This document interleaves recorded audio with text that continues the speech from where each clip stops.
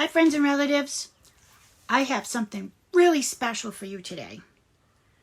Look at this. He's peeing. I'm going to hold it on this towel. This is a box turtle. Mr. Steve just found him at the top of my driveway in the road. So we're going to take him and put him back in the backyard where it's nice and safe for him. We're going to put him in the backyard. And this is a boy. And how can I tell? Can you see? Can you see how his shell is really indented? That is a boy turtle.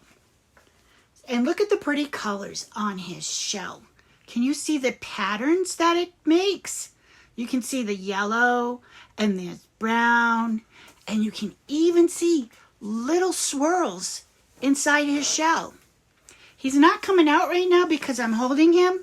I'm going to put him down in a plastic box, and if he comes out, I'll show him to you. You can see his head because he's been really trying to get out in that plastic box. But you can see right here where his little claws are. Can you see that? The little claws. Okay, I'm going to put him down, and I figured we'll do a book. It's actually a online book, and it's called Franklin's Blanket. Franklin is a box turtle, and we have a couple of Franklin books at school, but I don't have any here. So I'm going to put him down now. Look at how beautiful, and hopefully he'll come out of his shell. Do you know why they go in their shell like this? It's for protection, because if they couldn't hide their heads inside the shell, something might get at him and try to eat him. He would become prey. You remember we talked about that before? He would be eaten by maybe something that would like to eat his soft. It's very soft in there. The skin is soft. So they could get at him very easily. Okay? I'm going to put him down. And I'm hoping that he'll come out and we can see him. So now I have, see that? It's Franklin's Blanket. So let's put it on, and you can listen and watch the pages turn.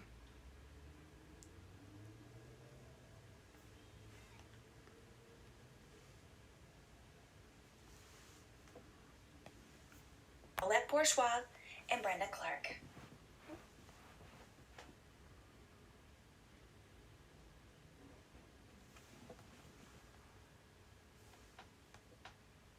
Franklin could slide down a riverbank all by himself. He could count by twos and tie his shoes. He could even sleep alone as long as he had a goodnight story, a goodnight hug, a glass of water, a nightlight, and his blue blanket.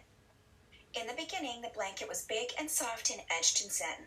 But with all the snuggling and cuddling, it now had holes in the middle and tatters along the edges.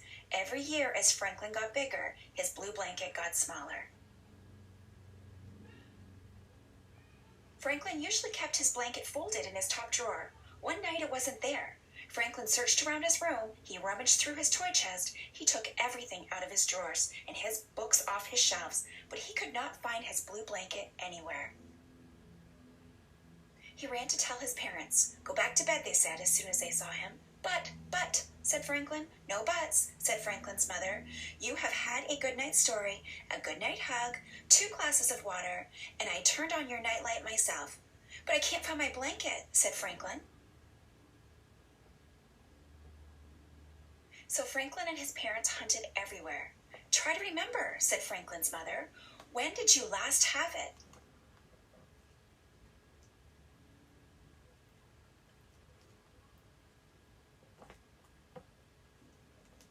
Franklin thought, in the morning, after a fight with Bear, Franklin had snuggled with the blanket until he felt better. In the afternoon, when the thunder crashed and lightning flashed, Franklin had covered himself with the blanket until he was calm. He was sure that after the storm, he'd put the blanket back where it belonged. When Franklin and his parents looked, the blanket wasn't there. We'll find it tomorrow, said Franklin's mother. I can't sleep without my blanket, said Franklin.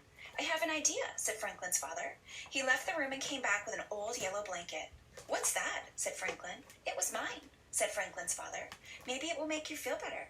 Franklin tried to snuggle the old yellow blanket, but it wasn't the same. He missed his own blanket terribly, and it took Franklin a long, long time to fall asleep. The next morning, Franklin began a search for his blanket. He went to Bear's house first. He looked so glum that Bear asked, "What's wrong, Franklin? Did your mother give you Brussels sprouts again?" "Worse," said Franklin. "I can't find my blanket." "It's not here," said Bear. "Besides, my mother says big bears like me are too old for baby blankets. Maybe you don't need a blanket." Franklin knew that Bear always slept with his stuffed bunny. "What about your bunny?" asked Franklin. "Bunnies are different," said Bear. Next he tried Fox's house. The blanket wasn't there either. "Why don't we play?" asked Fox. "No," said Franklin. "I want to find my blanket." "My father says worn-out blankets are no good to anybody," said Fox. "Maybe you should get a new blanket." "I did." "I like my old blanket," said Franklin. Then Franklin went to Beaver's house. The blanket wasn't there. Franklin looked so sad that Beaver said, "You can borrow my Teddy until you find your blanket." "Thank you, Beaver," said Franklin, holding Teddy tightly. That night, when Franklin went to bed, he had his father's yellow blanket and Beaver's Teddy, but it wasn't the same as sleeping with his own blue blanket. At breakfast, Franklin's father sniffed and pinched his nose. "Do you smell something odd?" he asked. "A sort of musty old sock smell?" Franklin reached under his chair and pulled out his blue blanket. Plop! A handful of cold, slimy Brussels sprouts spilled out of the blanket and onto the floor. His mother and father stared with amazement.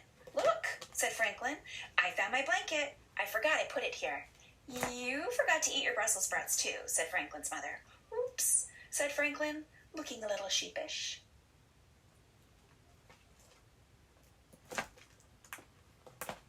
"Old, cold Brussels sprouts sure do stink," said Franklin's father. "All Brussels sprouts stink," said Franklin. Franklin's mother smiled. "I used to hate cabbage," she said.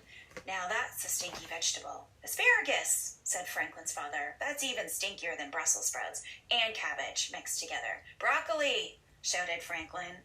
Then he stopped. He liked broccoli. "It stinks, but I wouldn't hide broccoli," he said. "That's good news," said his father. Franklin helped tidy the mess. Then Franklin picked up his blanket. "I don't care that you're old and full of holes," he said, "but you sure do need a bath."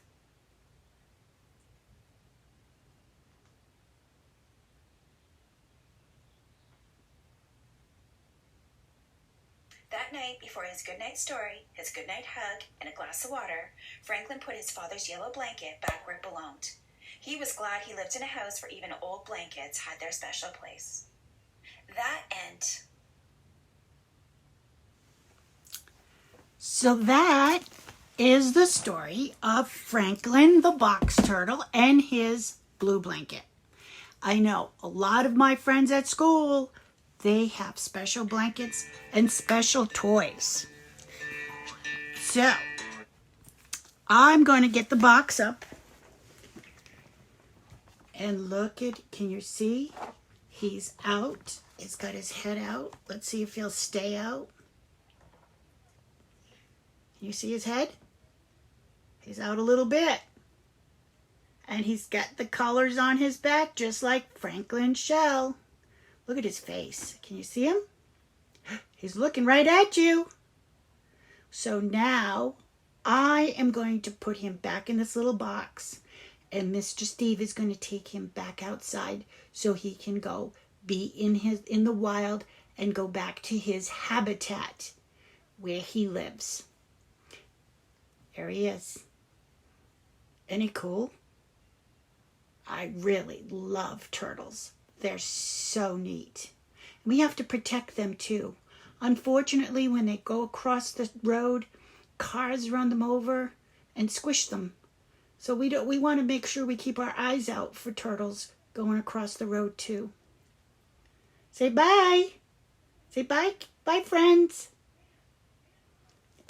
Have a good afternoon.